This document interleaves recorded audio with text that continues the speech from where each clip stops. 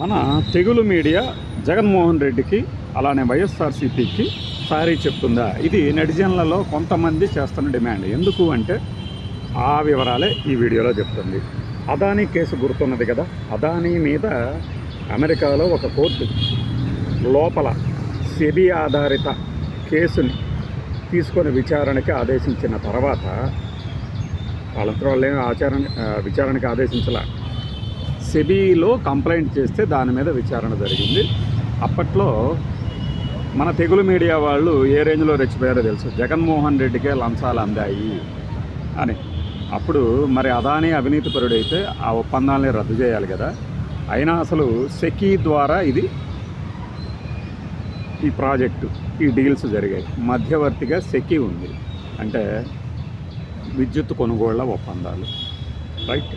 దాని మీద జగన్మోహన్ రెడ్డి గారు అప్పుడే ప్రెస్ మీట్ పెట్టారు, నిర్ద్వందంగా ఖండించారు, చెప్పారు కూడా ఇంకా నాకు సన్మానం చేయాలి అని.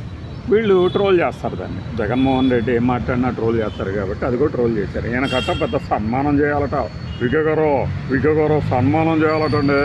ఇప్పుడు ఏం చేస్తామంటే వ్యవస్థలు ఎలా ఉన్నాయంటే అని ఒక ఆయన, అది అమెరికా కుదరదు జగన్ అని ఒక ఆయన. అమెరికా అయితే కుదరదా? ఏం కుదరదు అసలు? ఈ కేసు ఏమిటి? ఇంకొకసారి మనం బహుశా నేను లాస్ట్ మంత్లో కూడా దీని మీద కేసులు డ్రాప్ చేసుకోబోతున్నారు అమెరికాలో అనగానే ఫస్ట్ పెట్టింది మనమే అనుకుంటా.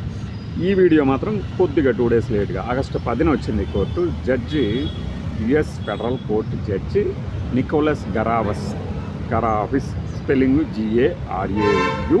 GARAUFIS. ఈయన జడ్జిమెంట్ ఏమని ఇచ్చారంటే అసలు ఈ ఆరోపణలన్నీ కూడా పక్షపాతంగా కావాలనే ప్రిజుడీస్తో పెట్టినట్టు ఉన్నది అని కామెంటరీ జోడిస్తూ కొట్టేశారు. $250 మిలియన్ల అదానీ గ్రూపు కొంతమంది ఇండియన్ అధికారులకి ముట్టజెప్పి, ఇండియన్ సిబ్బందికి ఈ రోజున మళ్ళీ పదాలు మారిపోయినాయి, వాళ్ళకి ముట్టజెప్పి ఒప్పందాలు కుదుర్చుకున్నారు, పెట్టుబడులను రాబట్టారు అనేది అప్పటి ఆరోపణలు. ఎవరు చేశారు?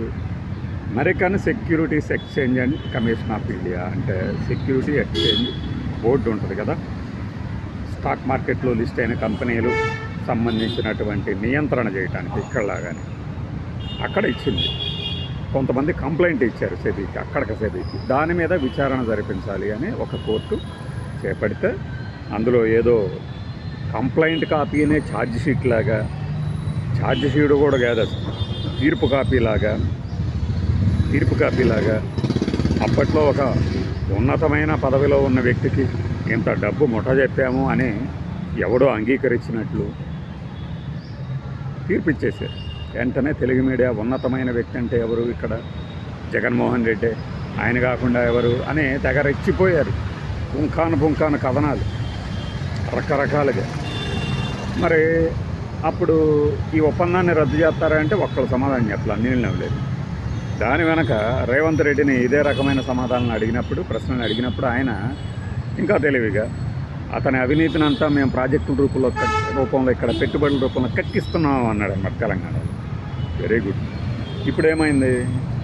అక్కడ కోర్టు కొట్టేసింది. దానికి ముందు జరిగిన పరిణామం లాస్ట్ మంత్ మనం చెప్పింది ఏంటి అంటే, సెబీతో ఒక కోర్టు బయట ఒప్పందం కుదుర్చుకున్నారు. ఇది చట్టవిరుద్ధం కాదు, తప్పు కాదు. కొంత డబ్బు పే చేసేసి ఇక కేసు సెటిల్ చేసేసుకున్నారు. ఇది సెటిల్ చేయటం అనేది తప్పును అంగీకరించినట్లు కాదు అని అందులో స్పష్టంగా ఉంది. దాన్నే మనం చెప్పాం. ఇంకా ఇది తప్పు కాదు, నైతికమే, అనైతికం కాదు, చట్ట వ్యతిరేకం కాదు అనడానికి మీకు ఇంకొక ఉదాహరణ చెప్తాను. NSE, national stock exchange, list కావడానికి ప్రయత్నాలు చేస్తుంది ఇండియన్ మార్కెట్లో.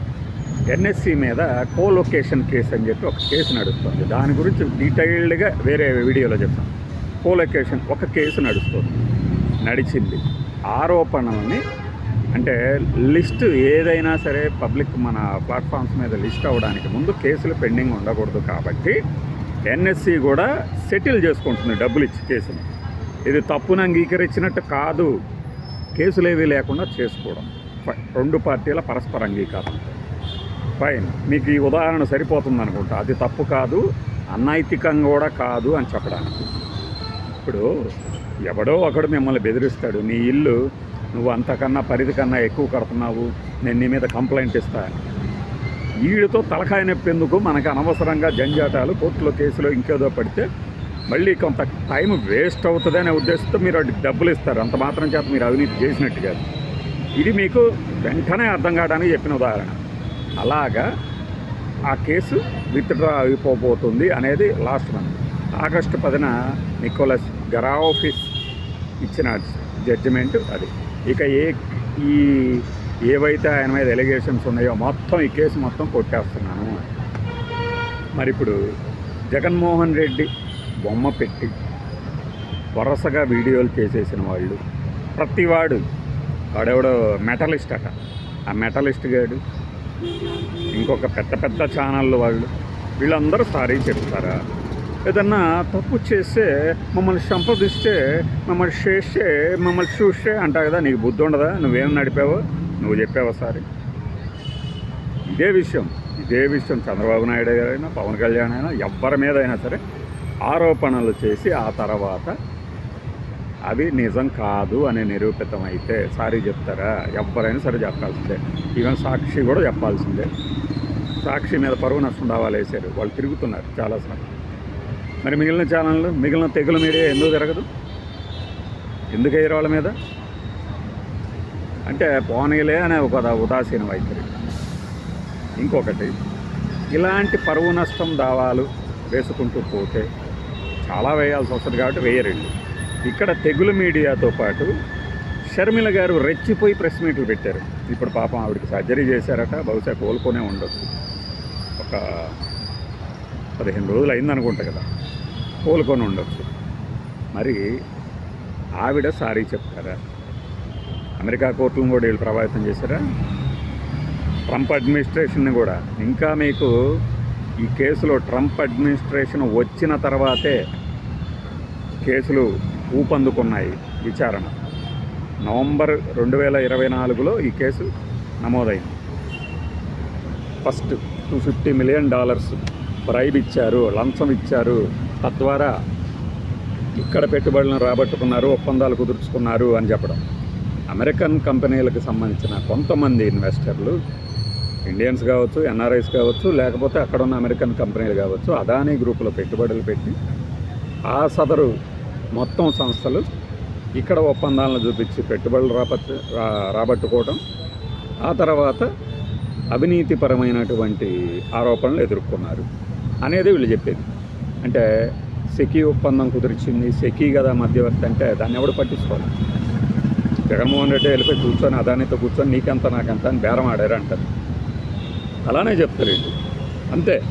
అదే మిగిలిన వాళ్ళ జోలు మాత్రం అబ్బే అస్సలు అలాంటి కుదరలేదు అంటారు. ఇంక ఏవేవో చెప్తారు, ఒక్కటి ప్రూవ్ చేయలేరు. మనం ఏది మాట్లాడితే అదే నిజం అనుకోమంటారు. ఎలా అనుకుంటారు? ఒక ఎమ్మెల్యే కొడుకు యాక్సిడెంట్ చేస్తేనేమో వాడు మర్డర్ చేసినట్టు, అదే ఇంకో ఎమ్మెల్యే కొడుకుని కాపాడుకుంటేనేమో అది అసలు ఏమీ లేనట్టు. అంతే. మీకు ఉదాహరణ ఇంకోటి దానికోసం చెప్పింది అనమాట. మరి జగన్మోహన్ రెడ్డికి సారీ చెప్తారా? అసలు మనసులో కొద్దిగానే మెదిలింది అది? మనం ఆ రోజున అలా నడిచాం కదా, మరి ఈ రోజున కోర్టు మొత్తం డ్రాప్ చేసింది అని ఇంకా వీటిలో కూడా ఏరుకొని ఏమైనా రాసుకుంటారా? రాసుకుంటే రాసుకోవచ్చు. అంటే మనము ఆ రోజున కంటైనర్లు డబ్బులు దాచిపెట్టారన్నారు.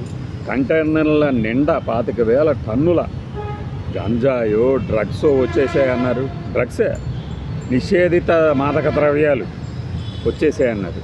అసలు అదానికి పోర్టులు ఇస్తుందే అందుకంటారు. మళ్ళీ మనం పోయి వాడేసుకుంటాం. ప్రభుత్వం మారగానే మైండ్ సెట్ మారిపోద్దా? అప్పుడు మాట్లాడిన వాళ్ళ మాటలన్నీ రికార్డులో ఉంటాయి. ఇప్పుడు మనం మాట్లాడుతుంది కూడా రికార్డే కదా. ఎవరి మీద ఆరోపణలు చేసే ముందు అయినా కొద్దిగా మైండ్ పెట్టాలి కదా. కళ్ళ ముందు కనబడుతున్న ఒప్పందాలని, అది ఆ రోజు అలా జరిగింది, అందుకే ఇలా జరిగింది, ఇందుకే ఇలా జరిగింది, ఏంటిది? నువ్వు ఆ రోజున రాసిన రాతలకి సారీ చెప్పాలి కదా అని అడుగుతున్నారు చాలామంది. చూసే ఉంటారు కదా సోషల్ మీడియాలో. మనకు కనపడదు అలాంటి వాటిని మనం చూడం.